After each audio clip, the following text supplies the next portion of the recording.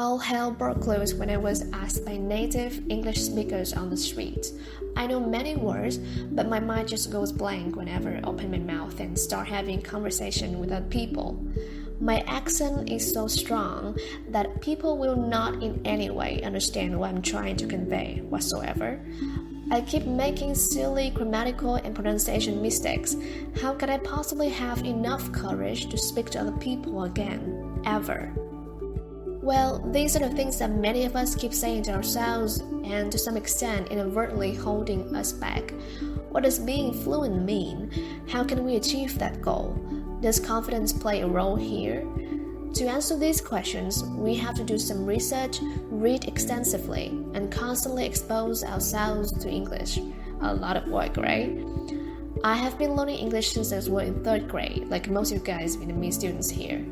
I have also been an English tutor for more than 2 years, doing some stuff related to the English language itself, but still struggling from time to time. However, I suppose that's what makes the process worthwhile and fun at the same time. In this episode, we're going to dive deeper into quite an awful lot of things that contribute to a fluent English speaker. But first, let me do the introduction, as usual. This is a slide series. I am Lee Normandes. Welcome to our 7th episode, Speaking to Express. A quick thank you to our podcast producers for making this series possible, and Yuan flagging support for the slide series. If you want to continue to watch high-quality episodes like this, please do not hesitate to shower us with likes and comments and subscribe to the channels. You can now follow us on YouTube and Anchor for more interesting videos. Best regards, Lee Normandes. Fundamental understanding. Well, as someone who is mad keen on English, the meaning of words has always interested me, and fluency is a particular case in point. As far as I can tell, language learners often set themselves the goal of becoming fluent in a language. But what does being fluent in a language actually mean? If we look in the Longman Dictionary of Contemporary English, we see that fluent means able to speak a language very well. Quite a vague, right? Fluent speech or fluent writing is described as smooth and confident with no mistakes. In general, fluency is most often associated with spoken language. According to the British Council, fluency in a language means speaking easily, reasonably quickly, and without having to stop or pause a lot. Fluency is like the flow and efficiency with which you express your ideas, particularly when speaking. A few grammatical mistakes may appear here and there in the explanation, but it should be delivered in a way that is easy to understand and shows how comfortable you are with the language. In an academic or even professional setting, this is one of the skills to focus on for an oral presentation or debate. The way you explain your topic or prove your point, smooth and clear and concise without too many pauses or hesitations, is as important as the content of your presentation. Outside of the classroom, fluency can help you socialize with native English speakers and avoid misunderstandings. Now, don't confuse fluency with accuracy. Here's some important points about the latter. While fluency in a language means speaking easily, reasonably quickly, and without having to stop or pause a lot, accuracy demonstrates your ability to use the necessary vocabulary, grammar, and punctuation correctly, such as verb forms, past tense, present tense, and so on, articles like the, and prepositions like in, on, from, at, etc. This skill is particularly important for written assignments at university, such as essays and lab reports. It is also an absolute necessity in the workplace, where an email or report that is riddled with grammar or punctuation mistakes may be viewed as unprofessional. Aside from taking a speaking course, one very easy way to improve your accuracy in English is to read any type of English material on a daily basis. Everything works fine, whether it's a novel, a non-fiction book, a newspaper, or magazine. Besides this, reading is an easy yet effective way for you to observe the nuances of English grammar and punctuation. So, which situation applies to you and what are you looking for to accomplish? Of course, to be a well-rounded speaker of English, it is important to have a good grasp of both fluency and accuracy. But this is a learning journey that takes time and dedication. A bumpy road ahead of you, that's for sure. Possible methods. Becoming fluent in language can take many years and a great deal of work, but here's some tips to help you sound as natural as possible in speaking exams. I highly recommend you guys combine multiple methods to yield the most positive outcomes. Number 1, use every opportunity in class to speak English. Speak to your classmates. Speak to the teacher in English. The more English you speak, the easier you will find speaking. Number 2, be confident about speaking in English. You do know a lot of English. Use your English and show the examiner what you know. Number 3, be very clear about the message you want to communicate. That is your goal. Number 4, don't worry about making mistakes. The important thing is to communicate what you want to say. Mistakes are fine as long as other people understand what you're trying to get at. Number 5, practice at home with a speaking game. Like, speak for 1 minute without stopping about blah blah blah. Choose a topic, like video games, and talk in English for 1 minute about video games without stopping. Number 6, use little expressions like or other fillers to fill the gaps while you're thinking about what to say. An important point I want to say about fillers is that sometimes they can make us appear less professional in our workplace, and actually they are often overused by a lot of people in order to avoid awkward silence or earn some time for themselves while they're thinking what to say next. So please be careful and aware of this when you communicate with other people in professional settings. And the last one, number 7, use communication strategies to make your English sound more natural. You can find these wonderful strategies in our very first episode, Vocabulary and Conversations. Check it out. Okay, so it's time to talk about myths. Well, there's one quote that I really love to tell you guys about. The most useful piece of learning for the uses of life is to unlearn what is untrue. With English, exactly like any other discipline, if we have incorrect beliefs, like myths, the road to mastery will inevitably be bumpy, long, arduous, boring, and will probably result in failure. For truly motivated learners, the hardest thing about success is not hard work, as most people assume, but I think rather the question of skillful methods, self-awareness, and as we will discuss today, unlearning the myths we've been taught our whole lives. And I think I am really lucky to find this article on Real Life English that is written by Justin. So here are some of the most common myths that we need to debunk as soon as possible. Myth number 1, fluent speakers don't make mistakes. There's a popular idea that fluency is a magical land of perfect grammar, native-like pronunciation, and unobstructed communication. The truth is that fluency is none of these. The truth is that few people, if any, including native speakers, speak with perfect grammar, and nearly 99.9% of people who learn English as a second language will always have some sort of accent from their native language, including me. Learn to accept this and be okay with it. You can work to smooth out, but your accent is your cultural identity, and you should be proud of it, and this isn't a bad thing. Good language learners learn to communicate first or at the same time as they learn grammar, and they work through their grammar and pronunciation problems on a parallel basis or after. Mistakes will surely happen when you open your mouth, but this is the path to fluency. The baby doesn't learn to walk by crawling. She falls and falls a lot. Myth number 2, fluency comes when you learn on the grammar.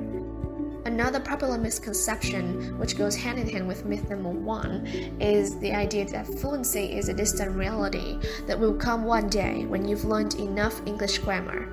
It's okay to expect fluency in the future and big advances in your grammar, and this is sure to happen with diligence and hard work.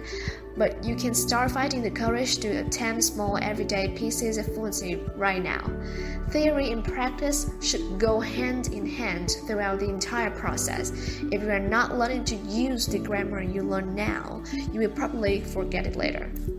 Successful learners are able to cultivate fluency from the very beginning in specific situations.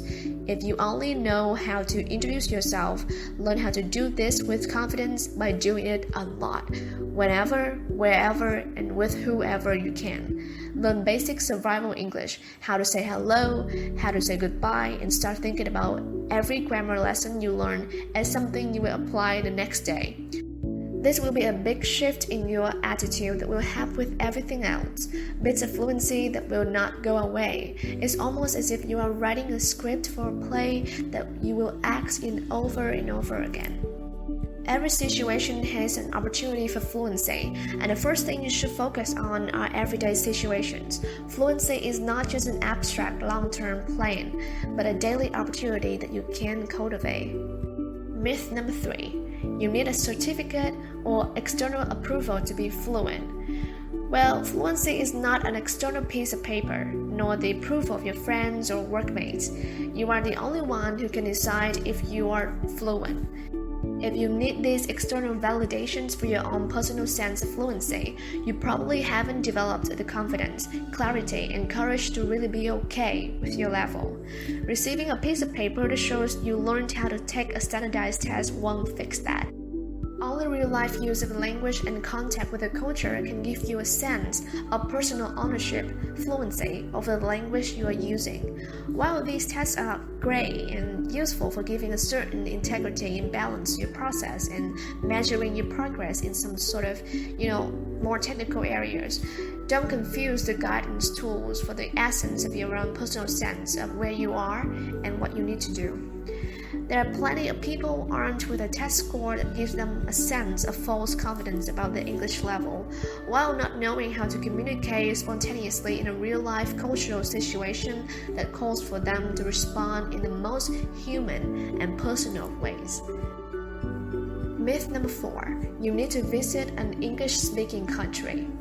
Well, immersion in an English-speaking country definitely helps English learners, but you don't need immersion to get fluent. Well, immersion in an English-speaking country definitely helps English learners, but you don't need immersion to get fluent.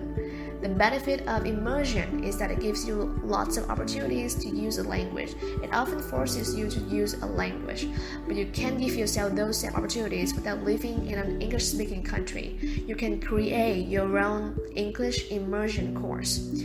Obviously, podcasts by natives help.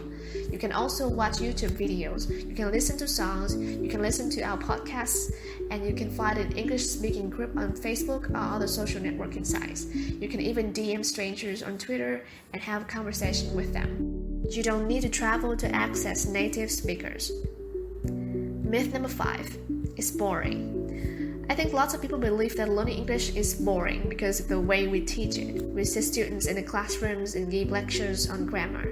That is boring. Choosing materials that aren't interesting is one of the most common mistakes that people make when learning English.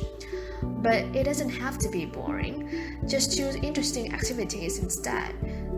The beauty of learning language or English is that you can actually learn about anything you want. Think of all the great artists, creators, and thinkers that worked in English. You have the opportunity to learn about any or all of them. If you are bored learning English, you are doing it wrong. Don't settle for boring English lessons or grammar exercises. Choose exercises and activities that interest you. Well, to my knowledge, these myths are super common and keep holding us back. So I really hope this can help you guys in your learning process. I am Leah Normandis, and you're listening to Slide Series. Stay tuned. Essential speaking topics. There's no doubt a myriad of speaking topics that we can talk about, but some of them are more common and thus more important than the others. In this episode, I'll give my right arm to introduce to all of our listeners the top 5 essential speaking topics that we language learners need to be confident and competent in talking about or discussing with our peers, in class maybe. Without further ado, let's jump right into it. Topic 1. Hobbies, interests, free time. So discussion points you can include like sports, reading, music, TV shows, and movies. Here are some questions. Do you enjoy playing sports? If so, what's your favorite sport to play? What do you enjoy doing in your free time? What was the last movie you watched at a cinema? Where's your favorite spot to listen to live music?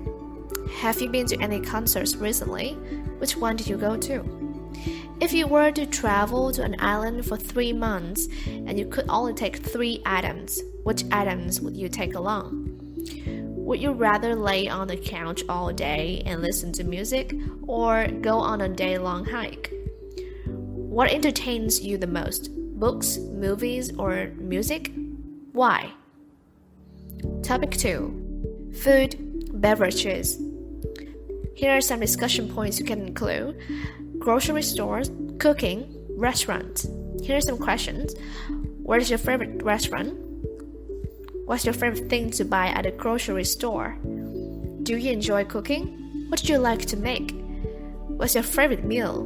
Breakfast, lunch, or dinner? What's your favorite food? Fruit or vegetable? Does any food make you sick? Are there foods that you hated as a kid but you like now? Are you allergic to any food? What do you think of American, Italian, Mexican, or Chinese food? Which one's your favorite? Topic 3. Jobs. What are or what were your favorite subjects in school? You can use this to segue into a discussion about the future. What do you want to be when you grow up? What's your dream job? What are your parents' jobs? What's your current job? Do you want to be your own boss one day, or do you prefer working for others? What was your dream job as a kid? If you could switch to another job, which occupation would you choose? Do you prefer working with people or by yourself? And why? Topic 4. Relationships. Do you have a boyfriend, girlfriend, husband, or wife? How long have you been together? What's your favorite thing about your boyfriend or girlfriend? Do you want to get married someday? How old do you want to be? Are you married? When did you get married? What's your wife's? What's your husband's? Or what's your girlfriend's? Or what's your boyfriend's job? What are some traits you look for in a potential partner? What would your ideal day-night be? If you and your partner could travel anywhere, where would you go? Topic 5. Travel. Here are some questions about the topic travel. Which country you want to visit? Would you rather go to America, Thailand, or France? You can replace these countries with other ones, of course. Do you prefer going to the beach, jungle, mountains, or city when you are on vacation? Would you rather travel with your parents, friends, or boyfriend, girlfriend, husband, or wife? Do you prefer to go to hot or cold places? Would you rather see lions on a safari in Kenya or bears on a hike in Canada? If you could live in any other country for the rest of your life, which one would you choose? Would you rather live on the beach or live in the mountains? Where do you plan on going for your next holiday? Who's the most interesting person you've met while traveling? Which country do you find terrifying and would never want to visit? Which European countries do you want to see the most? If you were super rich, where would you go on vacation? When you first learn a new language, you learn how to discuss the weather, name fruits and vegetables, and say things like, I like to eat cheese, but I don't like cheese on my hamburger. But as your vocabulary expands, it's beneficial to chat more. It is also effective and fun having a study group and making progress together. Once you get past naming clothes, food, and understanding most of the grammar rules, it's super helpful to talk and become acquainted with the language. Whether you find an English-speaking partner online, practice with a friend, or use helpful language-speaking apps. This is a slide series, and I'm Leonor Mendes, your host. Stay tuned. Summary. So it's time to wrap up today's episode, but before doing this, I want to say something here. Although linguists have not agreed upon a single universal definition of fluency, the prevailing thought is that language fluency is reached when a speaker can confidently, easily, and accurately express themselves in a language. Speed, pauses, repairs, proper expressions, and degree of understanding are some key elements of fluency. Gaps in vocabulary are possible, but a fluent speaker can easily guess the meaning from context or get a point across by explaining, rewording, or describing the unfamiliar word. Fluency comes with practice. It is easier to talk, write, read, or listen when the topic is something we know and like. Fluency is not reached simultaneously or independently in each domain. Skills in each area will grow incrementally, and it is important for students to work on developing each skill specifically. In addition to this, myths surrounding language fluency can be extremely detrimental to our progress if we believe in them and make them our learning principles. The crux of the whole issue in today's episode is this. As the English saying goes, practice makes perfect. If you want to do something really well, then you have to put in a lot of hard work, make mistakes, and learn something from them. Use Google Translate on your phone, speak to it in English, and see if Google can write perfectly what you're saying. And when you're practicing, don't think of yourself as a student. Think of yourself as someone who is using English, because you are. If you make a mistake, keep going. Understand that very few people, even native speakers, speak English flawlessly, and we all make mistakes. If you get embarrassed or shy once you made a mistake, this is probably what people will notice, not the mistake itself. So keep going when you're speaking English. If you're keen on gaining a well-rounded understanding of mental health issues in our contemporary world, our next episode will be right up your street. I'm Leonor Mendes, your host. Wish you all the best. Peace.